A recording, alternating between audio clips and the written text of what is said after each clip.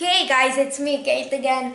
So this video will be my Witch-a-thon TBR, which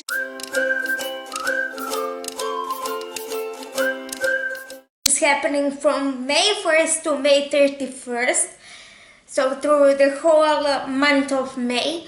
I didn't include this TBR in my this readathon in my May TBR because I pre-filmed that because by the time you're seeing both that and this video, my schedule will be really hectic and I wasn't sure if I'll be able to film properly at the time. So that's why, and I'm also pre-filming this, but a little bit after that one. Like a couple of weeks after, but okay. So in this video I'll be talking about the books that I'm planning to read for Witch-a-thon. I'll try and leave the information for it down below in the description. So in this one we're basically you're trying to become a witch. And the goal is to collect 50 points to become a certain type of witch. So you will see on a couple of prompts that I actually doubled up because, as I said, from like the end of April to the end of June, my schedule will be really hectic and I'm not completely sure how much I'll be able to read in the month of May. So I decided to become a hedge witch, and the first prompt in that is to read the paranormal book. For that I'll be reading, here it is, Witch-a-thon by Lisa Casey. In this one you're following a guy named Sebastian who is a kitsune, which is a Japanese nine-tailed fox spirit, and something happened a year ago, and he's been on the run since then until now, when he bumps into an alpha werewolf, Liam, who actually saved him a year ago. Then we have a book with a quest. For that I'll be rereading wrong book, maybe this one, yes, Aurora Burning by Amy Kaufman J. Christoph.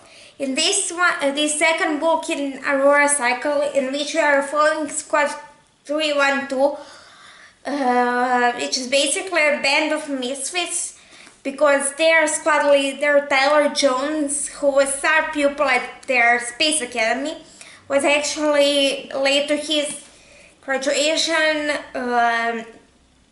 because he was saving a girl named Aurora. So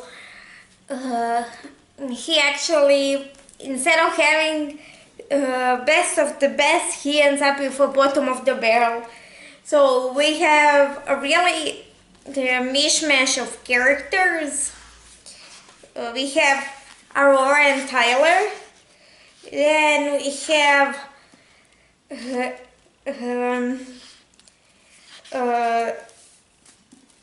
Scarlet's sister.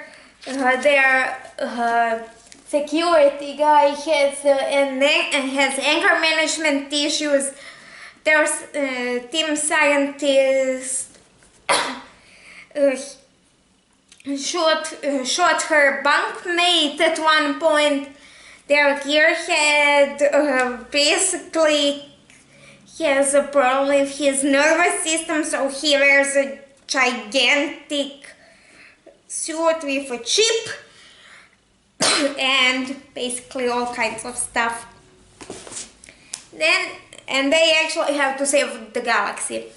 And then we have Herbalism to read the book with nature on the cover. We have again Witch Blood. He's in the woods. I don't know how well you can see it on the camera, but he's in the woods. Then we have a gardening recommended book. For that, I'll be rereading the book that I actually held up when I was looking for Aurora Burning is The Night Circus by Erin Morgenstern. This is a reread for me. I know which one, I think third. So in this, I don't know who, a lot of people recommended it, and I don't remember who was the first one. So in this one we are following the night circus, which arrives without warning. So you don't have anything, any posters or any indications where it will show up next. It just shows up one day, and it is only open at night. And we are following two magicians who are at competition with each other, and the night circus is their stage. But because they don't know who each other are, basically it's just them trying to outdo each other. Then we have astrology sci-fi. For that, I'll be also rereading Aurora Burning by Amy Kaufman and Jay Kristoff. Then we have Spellcasting, a witchy book. I decided to triple up on this one actually with Witch Blood by Lisa Casey. Then we have Plants and Herbs book with brown and green on the cover. Again, Witch Blood. I don't know how well you can see, but leaves are brown.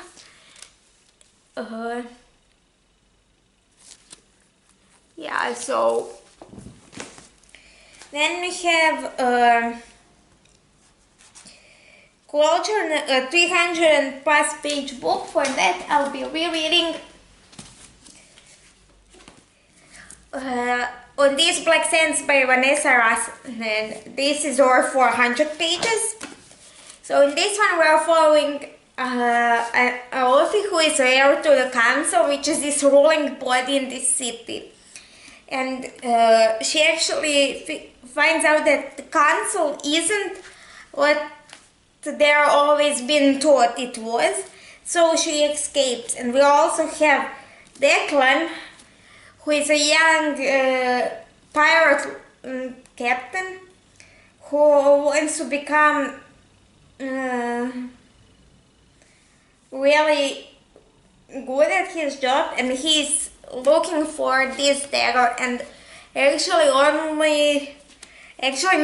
members of the council are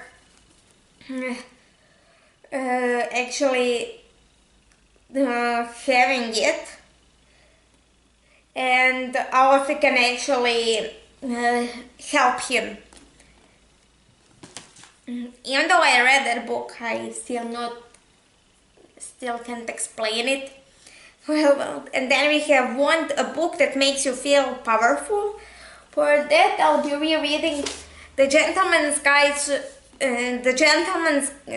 Lady's Guide to Petticoats and Piracy by Mackenzie Lee.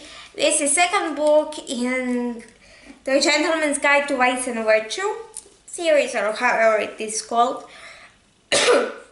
And so in the first one, we're following Monty, who is just about to go to his grand tour with his best friend Percy, who he might or may not be in love with, and his little sister Felicity, and all starts going downhill. And in this one, we're actually following Felicity as she's trying to chase after her dream to become a doctor. Because this is in 18th century.